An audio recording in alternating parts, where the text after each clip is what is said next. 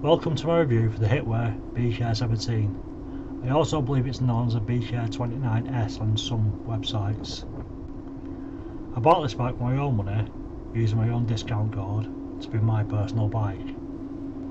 So, why did I buy this bike? I bought this bike because I wanted a bike with dual batteries to get me further than my existing bikes do. There were a few contenders. I won't tell you what company or what other bike I was going to buy, but I changed my mind last minute because I saw a review on YouTube where the company had claimed on a different one of their bikes that the newton meters and the power of the motor were a specific number, and on the review that I saw it was shown that the newton meters certainly weren't that number, and I didn't want to spend over £1,000 on a bike and be disappointed because it wasn't what it said. So I basically decided to go with this bike because from my experience Hitway's general description of the bike fits what it says, which I like. So the bike comes in a pretty large box and it's heavy, it's very heavy. They actually say it's about 50 kilos on the post site. It's not something to lift on your own. The bike came well packaged and well protected and was almost fully assembled. All I had to do really was put on the handlebars, the front mudguard and the pedals. However, the front wheel wasn't tightened and the bolt had come off in the box along with the washers, so I had to find them again and then put them back on and tighten up the front wheel. Also, both tyres came completely flat. I wasn't really bothered both tyres were flat until it came to pumping them up. When I pumped up the front tyre, it had pushed itself outside the rim, so I had to deflate it completely, put the tyre back in the rim and then re-inflate it, which worked. The back tyre, it took me 4 attempts before it actually caught all the tyre inside the rim, so that was quite a pain, and I'd rather they just at least partially pumped them up so you don't have that problem. The first thing that stood out to me on the Bk17 as opposed to on the website was the paint job. The black matte on it's really nice. I much prefer that than the shiny coat, it just looks better. The first disclaimer I should state is that I bought myself some new hand grips, lockable ones, because it's going to be my bike. The hand grips that came with it are the standard rubber ones, really nice, but they was actually quite loose, so they was easy to pull off. It's not hard to actually make them tight, but rather than make them tight it was easy to pull off and put mine on. So, what did we get in the box? So we got the bike, the pedals, 2 chargers, which is nice, 1 for each battery, tools to build it with, and then we got a lock for the bike and a pump, which is nice of them to give you for free. So, let's have a look at the bits. The display is a nice big colourful display. Unfortunately it just shows how many miles, it doesn't show point miles, so it's like 14, 15, 16, no in betweens, which I prefer like 0.1, 2, 3, 4, so it's more accurate. Second fault with the display is it lies. It tells you it does 15.5 mile an hour and nothing more. No matter how fast you go, it'll only say 15.5 mile an hour. I don't know why they do this, I'd much prefer it just told the truth so I know how fast I'm going. The brakes are 160mm mechanical brakes, and for the first time getting an e-bike they've actually put the wires the right way around, so left brakes back and right brakes front, which is nice. The tyres are 20x4 inch flat tyres with 1-piece wheels, and the wheels have 2 reflectors on rather than the standard one. The gears are the standard Shimano Tony 7 gear system. Nice, cheap, cheerful, reliable. The pedals are nice and solid, big surface area. I like the pedals. The seat's a nice long comfortable seat. Obviously it's not adjustable because it's bolted to the frame of the bike. I must say though, it's a decent height, so it's a good ride position. I quite like the ride position. Don't feel awkward really, I like it. The lights, the front one's nice, big and round, reasonably bright. The back one I find kind of weird because it's always on and it's not a brake light, and I do find it kind of lazy that they haven't at least wired it to be turned off and on. But it's only a light and it does its job. They're mainly to be seen in the dark, so can't grumble too much. The bike also has front and rear mud guards, both are metal, they're nice and thick and do the job they're meant to. The bike comes with dual batteries, both from a 48 volt 13 amp hour. You obviously lock to the frame with the keys. You don't need the key to actually start the bike though, which isn't perfect, but it's not a deal breaker.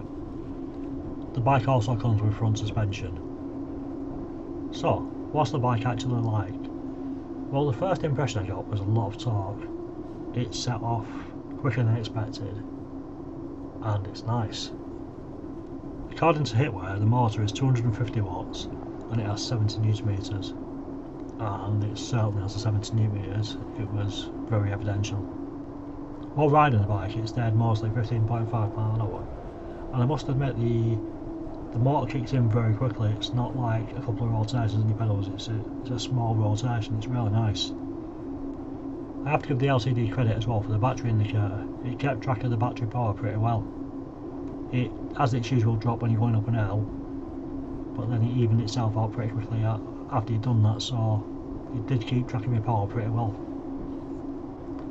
The brakes work pretty decent. They stop reasonably quick, especially if you press both together. You don't actually need to replace them, they're good enough as they are, but I think long term I'll probably buy 2 or 3mm discs just because I prefer more stopping power, but you don't actually need to. I do think the ride position on this bike is a really comfortable position in honesty. Even though the seat is non-adjustable, it doesn't really need to be. It's a nice height to be sat at. My knees were nowhere near the handlebars. They came highish, but they was nowhere near the handlebars, so it was a nice comfortable ride. Although the bike has front suspension, it is a very firm suspension, and it's got no rear suspension, so you do kind of absorb the bumps through your arms. It's not the most uncomfortable bike in the world. It's quite comfortable on most of the time, but when you hit like a speed bump going too fast, it is a bit of a jolt, and for me I'd prefer a bit softer suspension. The seat's nice and big and comfortable, and the only flaw it has is a bit too wide, so when you're pedalling it rubs on the inside of your thighs, and after a bit it gets a bit sore. That's about as negative as I can be about the bike. In fairness, it's a great bike, nice and solid built. It's got dual batteries. I got 46 miles out of them batteries. I stopped when it went below 1 bar, but I was going uphill. I reckon I could probably squeeze another 2-4 miles out of them, getting to like near 50, but my thighs were a bit sore after rubbing on the seat, so I stuck at 46, which is a good distance to be fair. The bike comes with no throttle because they want to keep it road legal. I haven't sent any wires or anything like that to connect to the throttle, so I wouldn't know how to. You can unlock the bike and then it'll do 23 miles an hour unlocked. Obviously if you do this it's no longer road legal, so I'm not advising that, but you can do if you want to. I think the bike itself is a really good looking bike. It looks beefy and rugged, and I do like black. I prefer a black seat, but I'll take the brown one. As I said, the bike has 70 newton meters of torque, and you can tell that it felt really nice going up hills. I don't know how it performed on the hill test, but it felt good going up there, so I assume it's done pretty well. So what do I think of the bike? In honesty, it's not perfect, but it's really good.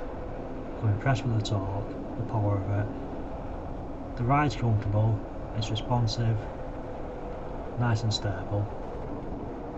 I wish it had a bit more suspension, but honestly for £1,000 I'm not sure you can get a dual battery bike that's in that level. I may one day find a better bike, but for now I'm happy with the bike, and I'll probably get used to the flaws I've mentioned. But for £1,000 for a dual battery bike, that is a serious bargain. And if you use my code, you get £30 off, so saving even more money. So yeah, I absolutely recommend this bike. So what do you guys think? Think it's a good looking bike? Would you pay £1,000 for it? Would you buy one? Have you bought one? Or would you prefer a different bike in the same sort of style from a different company? What bike would you recommend, and is it legal? Because legal was a big important thing for me. So yeah, let me know what you think in the comments. So if you made it this far, thank you for watching. If you like the content I'm making, please like, follow and share, comment. The more you engage with the channel, the more it grows and the better it gets. So once again, thank you for watching, and I'll see you on the next one.